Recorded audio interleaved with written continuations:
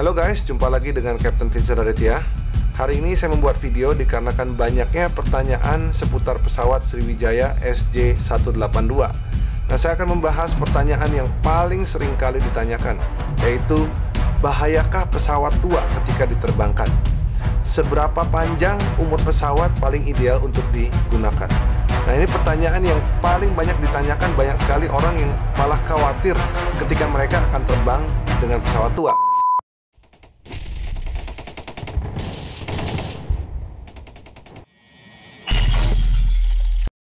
Halo guys, jumpa lagi dengan Captain Vincent Aditya. Hari ini saya membuat video dikarenakan banyaknya pertanyaan seputar pesawat Sriwijaya SJ182. Nah, saya akan membahas pertanyaan yang paling sering kali ditanyakan, yaitu bahayakah pesawat tua ketika diterbangkan? Seberapa panjang umur pesawat paling ideal untuk digunakan? Nah, ini pertanyaan yang paling banyak ditanyakan. Banyak sekali orang yang malah khawatir ketika mereka akan terbang dengan pesawat tua. Saya di sini akan berikan pandangan saya sebagai seorang pilot mengenai pesawat tua yang diterbangkan. Nah, banyak sekali orang yang berpikir dan berkhawatir sekarang, wah, kalau pesawat tua saya nggak mau terbangkan. Ini yang harus diluruskan, karena namanya publik pasti mereka tetap harus bertransportasi. Nah, ketika mereka bertransportasi, tidak tertutup kemungkinan bahwa mereka akan menaiki pesawat tua. Maka dari itu, hari ini sifat dari video ini memberikan informasi edukasi buat kalian semua yang akan terbang di kemudian hari.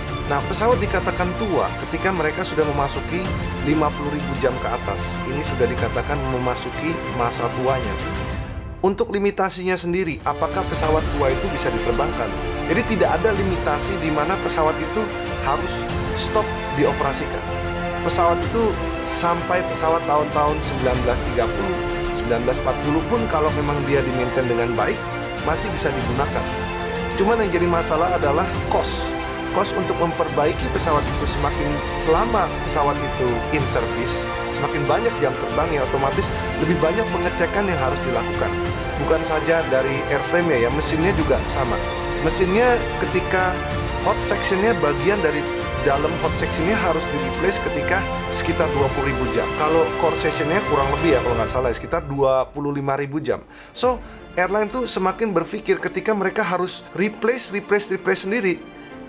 Tiba di satu titik di mana mereka harus keluarkan uang terlalu besar, jadi nggak worth it lagi untuk dipertahankan pesawat ini. Jadi secara finansial mereka sudah, ini udah tidak worth it lagi untuk kita pertahankan, lebih baik kita ganti pesawat baru. Dimana pesawat baru mungkin lessor lebih mudah sekarang untuk bisa kita lease pesawat itu sendiri. Cuman pada umumnya pesawat itu dinyatakan stop service ketika maintenance cost itu kebanyakan itu sudah melebihi dari kemampuan airline untuk memaintain. Karena airline ini kan membawa penumpang, dihitung lagi dari total operating cost-nya itu apakah masuk nih yang kita jual nih dengan penumpang itu sendiri, dengan kargo itu sendiri, apakah bisa tutup dengan maintenance cost-nya itu.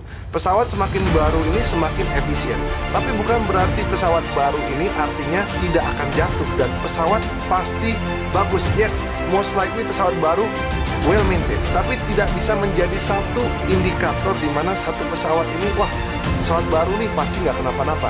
Pesawat bekas ini pasti ada apa-apa, malas. Enggak juga.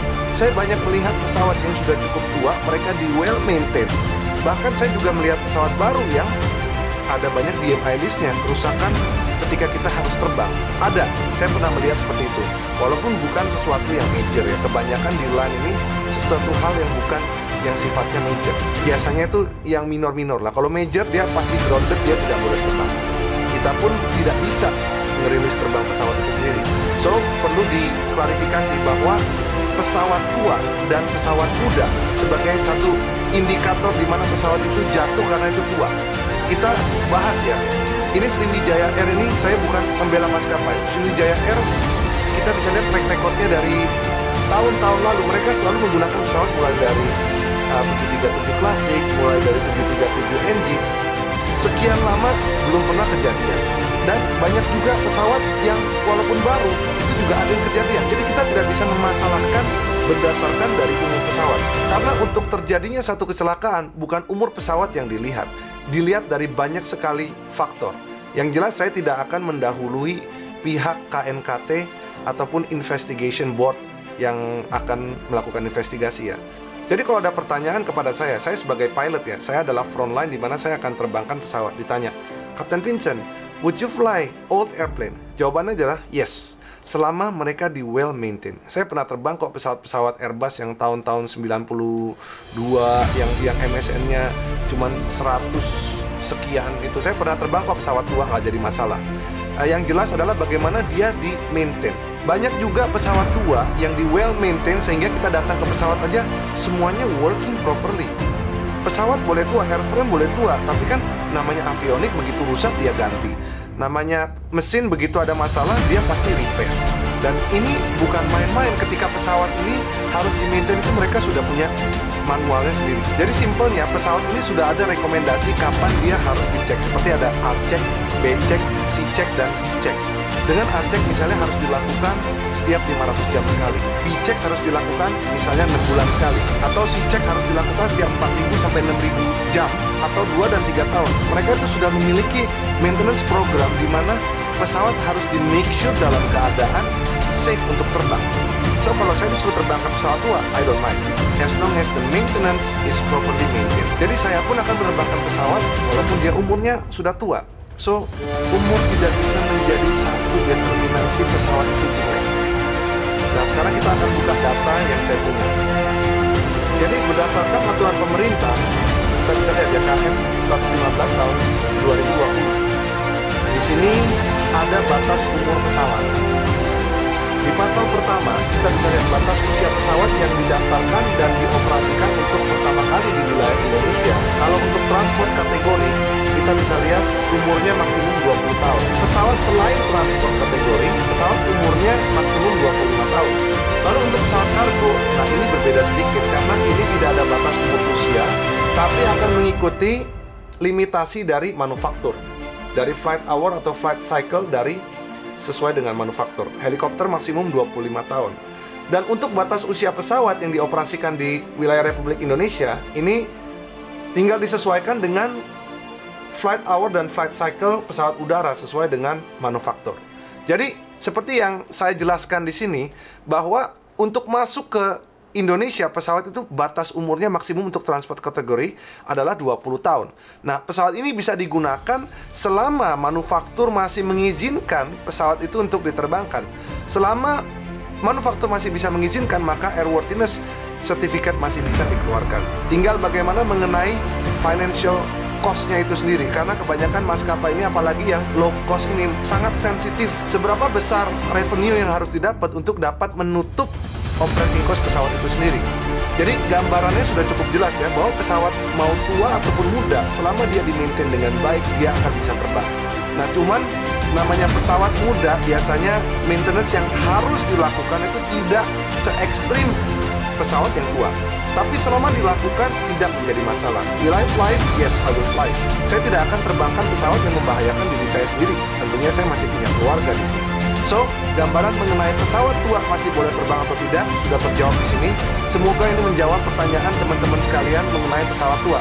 Janganlah takut guys, mengenai terbang dengan pesawat walaupun 20 tahun, 25 tahun, selama di-maintain dengan baik kita nggak perlu khawatir. So, perlu saya ingatkan bahwa kecelakaan bukanlah sesuatu hal yang diinginkan untuk terjadi. Tidak ada, baik itu dari pilotnya, baik itu dari airline-nya, baik dari siapapun, tidak ada yang ingin pesawatnya itu mencelakakan diri dia ataupun penumpangnya. Karena tanggung jawab sebagai seorang kapten bagaimana membawa penumpang itu selamat sampai tujuan. Tidak ada seorang pun yang akan mau kecelakaan itu terjadi. Tapi namanya kecelakaan itu bisa terjadi tanpa kita ketahui siap atau kita tidak siap, karena pesawat itu akan fail, baik itu umurnya muda ataupun tua, baik itu kaptennya muda ataupun kaptennya tua. Tidak akan ada orang yang bisa mengetahui. Dia harus menghadapi situasi yang tidak seharusnya dihadapi. So, semoga video ini dapat memberikan informasi buat kalian semua. Tetaplah tabah. Saya, Kapten Vincent Raditya, mengucapkan turut belasungkawa dan turut berduka cita kepada pesawat SJ182.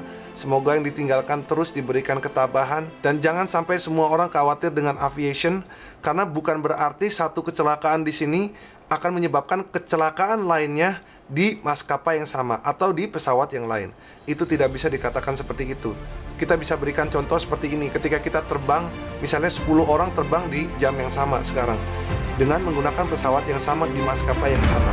Satu maskapai terjadi sesuatu hal yang tidak diinginkan, bukan berarti yang 9 akan melakukan hal yang sama. So guys, buat kalian yang akan traveling, tenangkan diri kalian. Ini saya tahu bahwa ini adalah sebuah shock yang besar, tapi percayalah bahwa semua pihak akan menjaga keselamatan dengan secara maksimal. Dan nantinya biarkan orang yang berkompeten akan mencari tahu berdasarkan data. Ini akan saya bahas secara keras ya, karena saya lihat ada orang yang mencari panggung. Menurut saya itu belum fasenya, dan dia bukanlah orang pejabat yang berwenang. Semua yang dikatakan itu berdasarkan yang kita bisa cari dari Wikipedia, dan menurut saya nggak etis untuk dikeluarkan sekarang. Himbauan saya, janganlah mudah percaya kepada fake guru yang mengaku dia adalah kapten yang terbang dengan 25 jenis pesawat di seluruh dunia. Jadi terima kasih buat kalian yang sudah nonton. Jumpa lagi di video Captain Vincent berikutnya.